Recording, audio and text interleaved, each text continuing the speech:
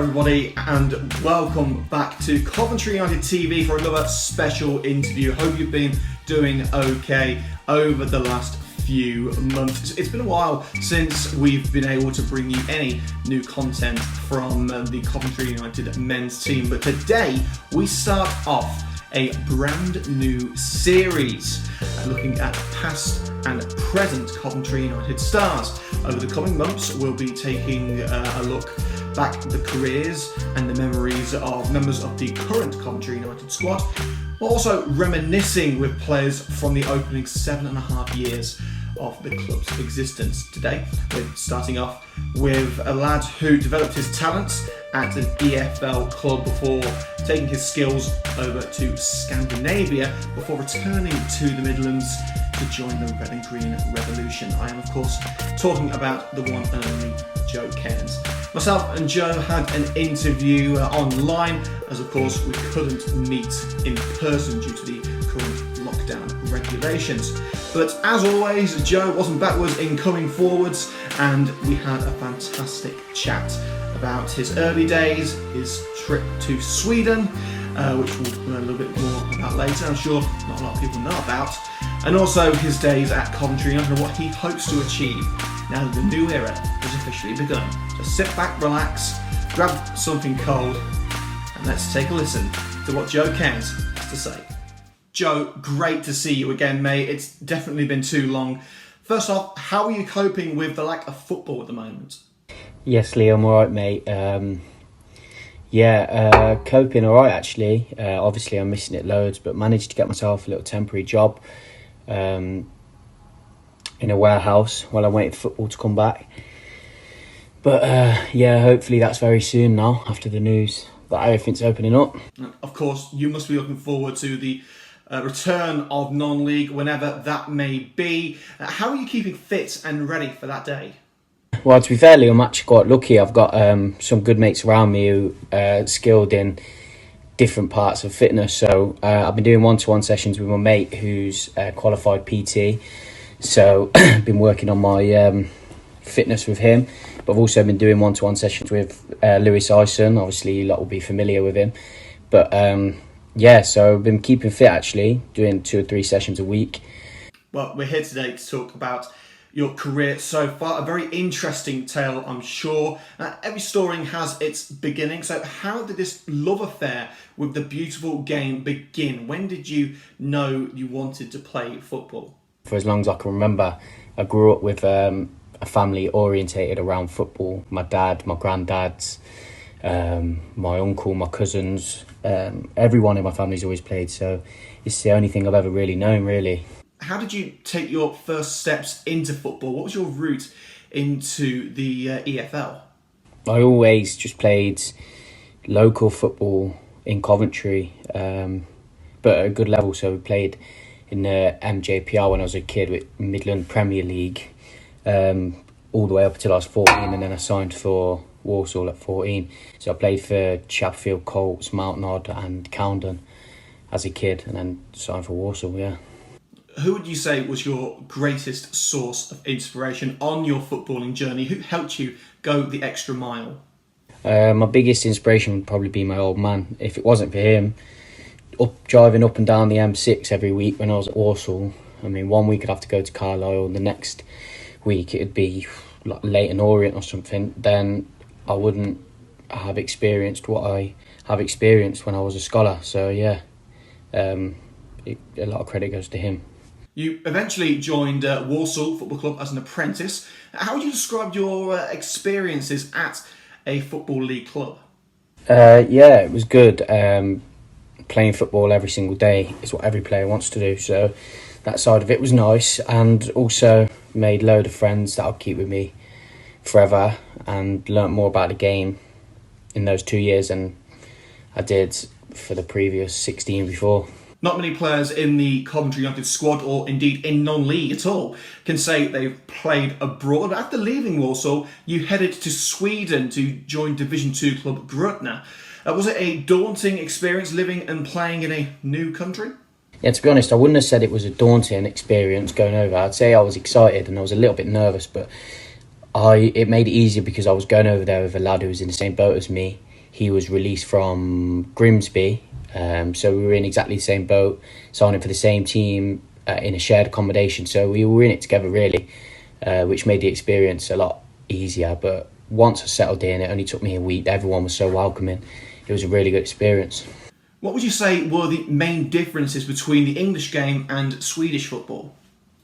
The difference is the men's game in England is obviously a lot more physical.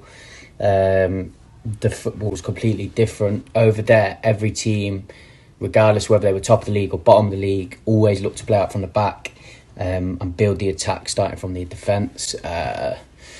Obviously over here it's different. Every game's different. Some teams try it, some teams don't. But yeah, that's probably the main difference. The physicality over here is a lot more intense.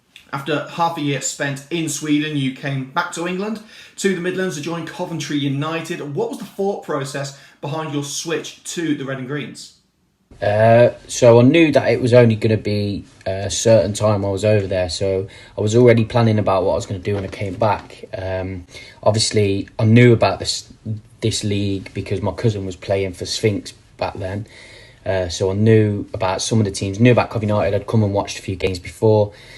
My dad is mates with Terry, was mates with Terry before as well, so it was a no-brainer. As soon as I'd spoke to Terry down the phone, I knew that after a couple of training sessions that I wanted to be in and around the squad. Since your debut, you've become a real fan favourite at the club. What does it mean for non-league players to have the respect and the love of the supporters they play for? Yeah, obviously the fans help loads. Like the start of this season, we didn't have any fans at the home games, and it really affected us as players because there's no better feeling than when the fans are there watching us. Talk us through some of your favourite memories at Coventry United.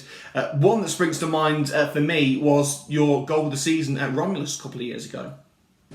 Yeah, that goal against Romulus was probably one of my favourite goals I've ever scored, actually. I remember it so clearly. It was a couple of years ago now, I think, but I remember it so clearly.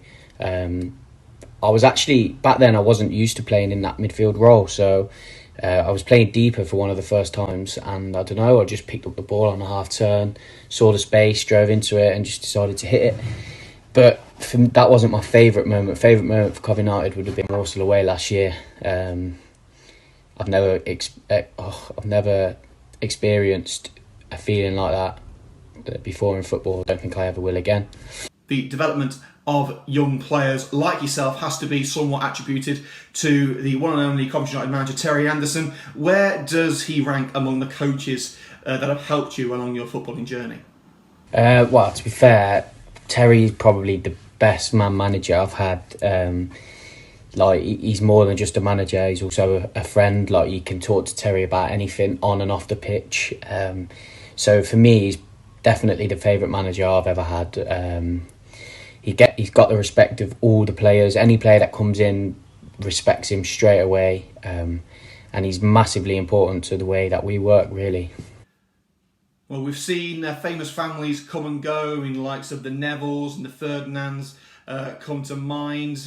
Locally, you've got Tyler and Des Walker as well. But we've got our own little family going on here at Coventry United. We had your cousin Liam Cairns joining a few weeks ago. What is it like to be playing with family in such a competitive environment? Yeah, it's nice to finally play with Liam, to be honest. We had a few games against each other when he was at Sphinx. But yeah, it's good for him to finally come over here now. Yeah, he couldn't really get close to me when he was at Sphinx anyway. But to be honest, that was probably my doing because I didn't want to be on the receiving end of one of them challenges, so I stayed well far away. But yeah, it's good to have him in the team, and hopefully we can work well together in midfield. A new era began at Coventry United a few months ago with Joe Haggerty taking control of the club. How has Joey's arrival raised hopes and expectations of a bright future? Yeah, so we all knew Joey from before anyway, because he'd sponsored us last season from the Albany pub, and obviously we were all there a lot, and he helped us so much, from giving us kit last year to making us just more of a well-known club around the city, really. So we owe Joey a lot. He's done a lot for us as players. He's done a lot for me personally as well, off the pitch. So yeah, I've got a lot of respect for Joey and his family, and hopefully he's the right man to take this club in the right direction. And finally, Joe, if you could achieve anything between those white lines before you hang up the boots, what would it be? To be honest,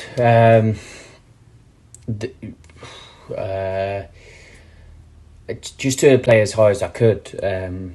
Hopefully, I'm only 21, so I've got a lot of years left, and hopefully football continues soon. But just to play as high as I can, enjoy my football. I love it. As soon as I'm training, as soon as I'm playing with Coventry United, I love it. So hopefully, just playing as high as I can, and hopefully that is with Coventry United and the lads that are here now at the minute.